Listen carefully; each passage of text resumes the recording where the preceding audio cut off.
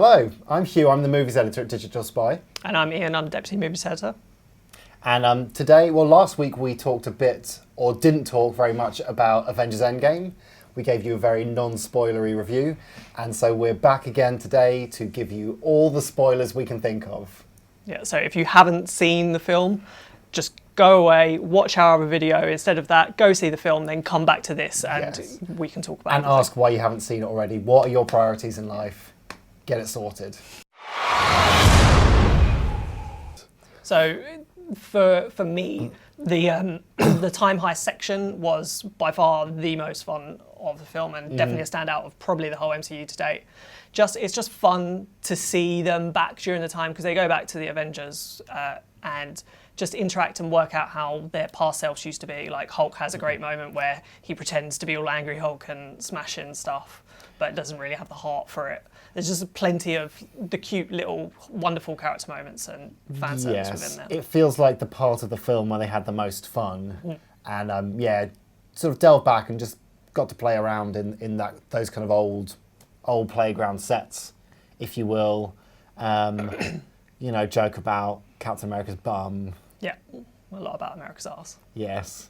That fun Cap versus Cap scene. They have a little fight. Bucky's alive. For a little bit, yeah. I would agree that was one of the highlights. I was really pleased to see, after Infinity War was very action-driven, I was very pleased to see a bit more of the kind of stuff that has made the MCU so enjoyable. The character interaction, the kind of building the story around these people who we have been on a journey with and know their relationships very well. So we got Cap and Iron Man finally get back together, though it's not quite as hugging it out as I expected. Skinny old Tony Stark escaped from space, getting angry and falling over. But, they make it up eventually. Yeah. It was just a lot more character-driven than the previous film and delivered on those emotional moments. Yeah. It was also very emotional. It was totally fan service, but when all the dead Avengers who come back to life appear through the Doctor Strange portal things, I'm not the moment where it just all goes silent, and then all of a sudden you hear the radio crackle, and you just get on the left that little callback to Winter Soldier. It's just chills. I mean, Avengers Assemble as a line doesn't quite make sense because they are kind of all assembled already, but you kind of overlook that because just as a sheer moment of cinema on a big screen watching that, it's just every MCU fan has to just enjoy that. Agreed. But this does put a smile on my face.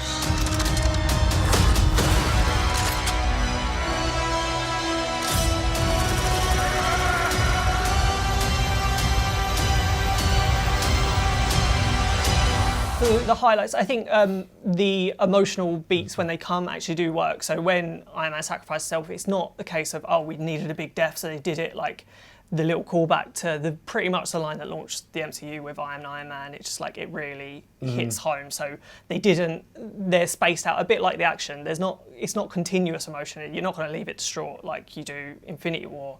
They're well spaced out and they're well earned. I feel like the reunion with his dad as well. Like it hits you both on the humour line and also right in the feels, as you hate. In the feels, all the feels. Hits me in all the feels. God, seems like 1,000 years ago. I fought my way out of that cave. Became Iron Man. Realized I loved you. I know I said no more surprises, but I was really hoping to pull off one last one. I think on the most part it is satisfying. It feels like in conclusion to these 22 films, even though Spider-Man Far From Home is the actual conclusion to Phase 3. Yes. But it feels, we were promised by Kevin Feige, by the Russo brothers, by all the actors that it was the conclusion to all these storylines, and it does feel that way. I think it has a satisfying way of wrapping up all those things, emotionally at least, because in terms of weaknesses, I would say that some of the plot doesn't entirely make sense, doesn't hang together. Yeah. I would say the time travel aspect of it is pretty much a discussion for a whole other video. You could spend the whole day. You probably did spend time coming out of that screening just wondering what and that and how and what. Essentially, it is everything that's happened has happened, and whenever they go back into the past and do these little things, you can't change your future, because when you go back into the past, that is your current present, so therefore it won't affect the future, yes. But that's the idea. So when they go off and do these little things, they create these new timelines, and there are still issues within that, such as Old Man Cap. Yes, I mean, well, was he in a different timeline? Was he hidden in a cupboard? Did he jump behind a rock every single time someone walked past him? I think the problem with the time travel aspects is even if you can make sense of it, it takes you out of the story, and it, you know, it doesn't. It causes a break in the plot. Makes you go, what's going on? How is this working? Rather than, like, maybe you can explain it, but it's not explained very well. No.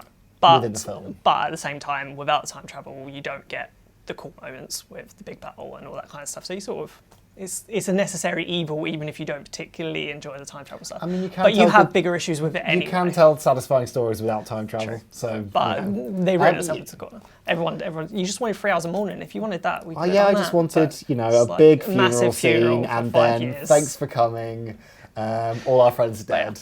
So, but obviously you had bigger issues with it, especially when it comes to the character of Thor. Yeah, I found the Thor character, like, it's played as a very long... I mean, the idea of this, the idea where Thor is he feels like he's failed. He wanted to stop Thanos and he couldn't, and when he kills him, it's too late, and he can't undo that. But which is fine, like, it makes perfect sense, but it's portrayed as... He's sad, so he gets fat, and then it's this ongoing fat joke. Yes, he's a fat alcoholic, basically. And it's hilarious, and it's just a very one-note joke that sort of comes back again and again and again, and it really undermines his story, and he gets to sort of have his last moment with his mum, who's dead but still alive in the past, and he knows she's just about to die, but it's undercut by the fact that he's just been played as a sort of like this kind of pathetic joke. Not to mention the fact that has there ever been another fat person in the MCU yet? It's like, here's your one fat person, they're a joke. The biggest problem for me is that the trilogy of Thor told such a good character development. By the end of Ragnarok, he's finally accepted his place. He's a leader of the Asgard, and they didn't seem to know what to do in these two films. He's learned that he can be the leader and can be responsible. He's learned to trust in his own powers. He doesn't need his hammer. And of course, Infinity War, it's all about how he needs to get a new weapon. Ignoring that, and he's just a bit of a dick again. And then at the end, rather than... It's like, I decided that I could be king and look after everyone. Actually, no, I'm just going to go off with Guardians. Yeah. Valkyrie, we don't want you to have a solo film, so you can be in charge of the Asgardians in case they ever need to make a cameo in a future film. Yeah. It's just a shame, because Iron Man and Cap get such a good journey over these two films. And the Russos... It really sticks out because of that. The Russos have proven... all their films, the interaction between Cap and Iron Man have always been great. Civil War is one of the best MCU films, and it's all based on their relationship and how it goes wrong. So the Thor stuff feels just very weirdly mismanaged, and the contrast especially is bad. Yeah. You had a character who you were bothered by the treatment of, I think, Ian? Well, obviously, as we know, Iron Man wasn't the only major death in the film. During their time heist, Black Widow and Hawkeye go to Vormir, and they have a little scuffle on the top where it's like, no, I'm going to sacrifice myself, no, I'm going to sacrifice myself. And Black Widow wins, if we want to put it that way, and throws herself to her death. After what happened to Gamora in Infinity War, it just feels like, did they really need to kill off another female character? There have been some people saying that Black Widow has agency and she takes command and she decides that her path is over, but it kind of feels like she's like, Hawkeye's got a family, therefore I should die. Yes, I mean, especially the unfortunate or the reactions to Age of Ultron, where she kind of seemed to say that because she couldn't have children, she was a monster, which people didn't like. So to sort of kind of get to this point where she's like, oh, well, Hawkeye has more value because he has... Well, they're dead, not at the time, but they're trying to he might have children and a wife again. It also, just that kind of 2 films and 2 basically identical shots of a woman dead on some rocks with blood coming out of her head just felt a bit grim. Yeah, it wasn't great, especially as we know there's the Black Widow solo movie coming up, and the worry now for that is that if it's a prequel and she gets character development in the prequel, what does it really matter? It's not going to be explored in future Marvel films. But that's probably a good segue into what kind of questions are left after it, because when Cap returns, he goes back through time and he returns all the stones. What happens when he returns the Soul Stone? Does he just lay it next to her corpse, or does he actually get Black Red Widow Skull, back? Don't tell anyone. Shh. He's So- like, no, your secret's safe from me, bud. So for all we know, they're talking about how permanent it is, and you have the bit at the end where Hulk says he really tried to bring her back and he couldn't, but perhaps this is the way they can bring her back, and then maybe the Black Widow movie takes place So in the future. it'll be weird how much they go on about how it can't be undone to then undo it. Yeah. But it does feel the stakes for a prequel for a dead character seem Even less. low. Yeah, it's a bit of a Solo situation, Han Solo, and the pointlessness of it anyway, really. But, Yeah. we hope to be surprised. We hope that it turns out. I mean, I Worthwhile. want to see a 2-hour film about how bleak her childhood was. Haha. We shall see. Was there Yes. any other major issues you had left? Any questions? Any asked questions? Yes. And they've escaped that weren't me. that weren't time travel based?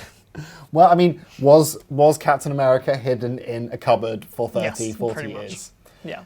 It's either he set up his new timeline, so that's fine, but the very fact you see Old Man Cap, the very fact you see Old Man Cap again means he can't be in that timeline. It just can't. So the potential thing is that he's worked his whole life in this alternate timeline with Hank Pym and Howard Stark and found a way to use the quantum realm to timeline travel as well as time travel. And if that's the case, then maybe he just jumped back over, gave the shield to... Just in time Just for in time an to emotional fucking- ending. It's Yes. like, the film's nearly over.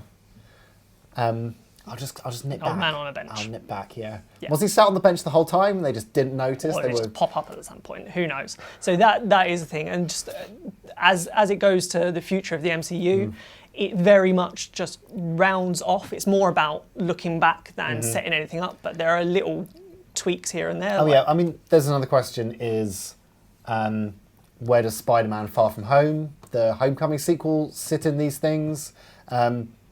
If it's set in the after Endgame, then presumably, conveniently, all of Peter Parker's classmates were also snapped. Which so is they were all unfortunate. gone for 5 years, so they all look the same age. Because we've seen the trailer, and most of them are there. They don't. Yeah. They're not all different ages, unless that was a CG trick, and they're going to this is the real trailer.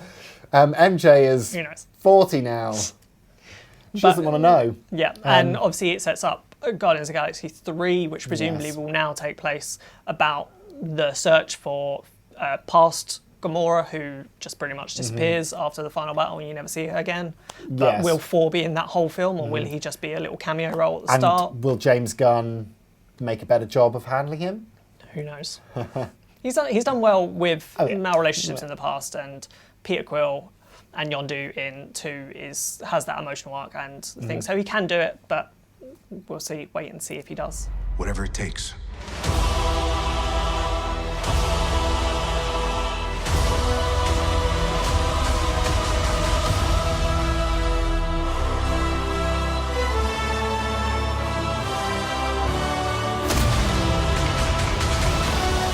So you've been watching Digital Spy. If you want to engage with any more of our enormous back catalogue of Endgame content, check us out at digitalspy.com. Thank you. Thanks.